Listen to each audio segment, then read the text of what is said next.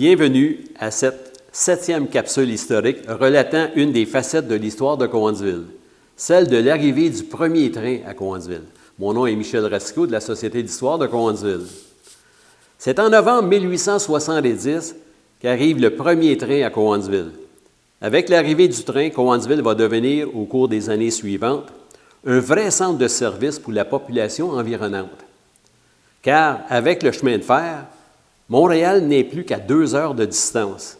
Ainsi, une personne peut maintenant prendre le train du matin, se rendre à Montréal en milieu de matinée, y passer la journée et revenir coucher à la maison.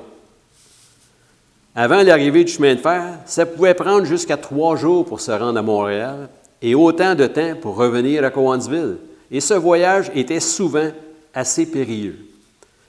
James O'Halloran, un avocat qui fut le premier maire de Cowansville, aimait raconter qu'avant d'entreprendre un voyage vers Montréal, il prenait soin de mettre son testament à jour, ce qui naturellement rendait fou d'inquiétude sa femme et ses enfants.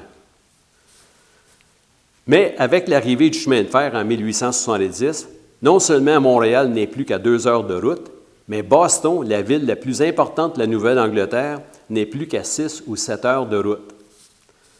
Le premier train arrive à Cowansville le samedi 26 novembre 1870 à 5 heures de l'après-midi, mais avec 2 bonnes heures de retard. En effet, il devait arriver à 3 heures de l'après-midi. Déjà en début d'après-midi, des centaines de personnes du village et des environs s'étaient assemblées près de la voie ferrée pour ne rien manquer à cet événement historique. Le journal de Cowansville Observer décrit l'arrivée du train ainsi. Vers 5 heures, la locomotive, attendue depuis si longtemps, apparut finalement et s'approcha très lentement, comme si elle craignait qu'une quelconque calamité arrive. Lorsque le train approcha du hangar, il s'arrêta et une longue acclamation se fit entendre de la foule. L'arrivée du train a un autre effet. Le sifflet de la locomotive effraie un certain nombre de chevaux, tellement que plusieurs d'entre eux prennent le mors aux dents et se sauvent à l'épouvante, entraînant avec eux les calèches qu'ils tiraient.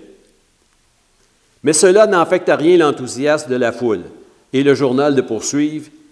N'avez-vous pas entendu le sifflement du train? C'était un plaisir de l'entendre. La gare sera construite l'année suivante. Dans les décennies suivantes, la gare et le chemin de fer vont attirer plusieurs usines à Cowansville, lesquelles vont s'établir le long de la voie ferrée, telles que l'usine de meubles Vilas et l'usine de textile Brock Mills. De 1870 jusqu'au début des années 1960, le moyen de transport préféré de la population sera le train. Pendant toutes ces années, la gare sera un des centres les plus importants de Cowansville pour le transport des gens, de la marchandise et du courrier. Tout cela va changer rapidement avec l'amélioration du système routier et surtout avec l'ouverture de l'autoroute des Cantons de l'Est en 1964. Le 19 septembre 1965, vers 21 heures, le train de passagers du CPR en route vers Montréal fait son dernier arrêt à la gare de Cowansville, mettant fin à cette longue époque du train de voyageurs à Cowansville. La gare sera démolie en 1969. Voilà, c'était l'histoire de l'arrivée du premier train à Cowansville.